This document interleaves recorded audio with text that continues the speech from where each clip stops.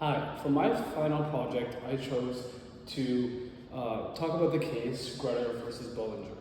Honestly, this is one of the biggest landmark cases that I feel like doesn't get discussed as much as it could because it affects literally anyone who goes to college, or it pertains to anybody who goes to college, regardless of race, gender, or ethnicity.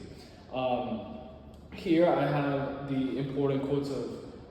opinions of the court and dissent quotes, but first I'd like to give you an overall brief summary of Grutter versus Bollinger, which is where the petitioner, Grutter, was suing the University of Michigan the law school of University of Michigan, because she felt that their application process in terms of taking in race into consideration when they're accepting students was unjust and unlawful, and it was a violation of the 14th Amendment, which stated that all decisions should be made and all constitutional rights should be made regardless of race. And she felt, Grutter essentially felt that the University of Michigan, their law school, was violating the 14th Amendment for that reason because they were taking race into consideration. And they felt that this, in their best argument, the petitioner, was that this was a type of reverse racism, in that people or applicants who were white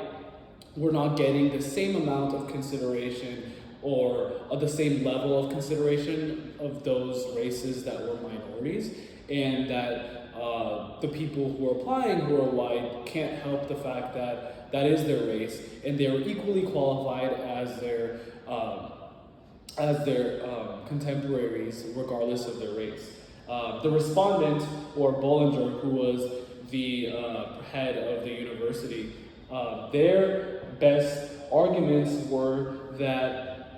they needed to include race as a consideration when they were taking in the applicants, because diversity was going to be the best route for their students to get a more holistic experience in the real world. They felt that promoting diversity and having to take race into consideration, specifically with minorities, was a means necessary for them to promote an inclusive environment of diversity. And the more diverse a university is, they felt, the better it was for the overall student body, for their holistic educational experience. And as a whole, honestly, in my opinion, I kind of sided with the respondents, or Bollinger's argument, because I do in fact believe that it is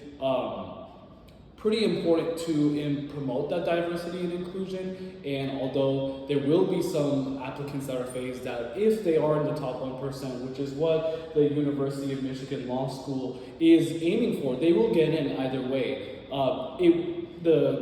The task will have to be a little bit accommodated for,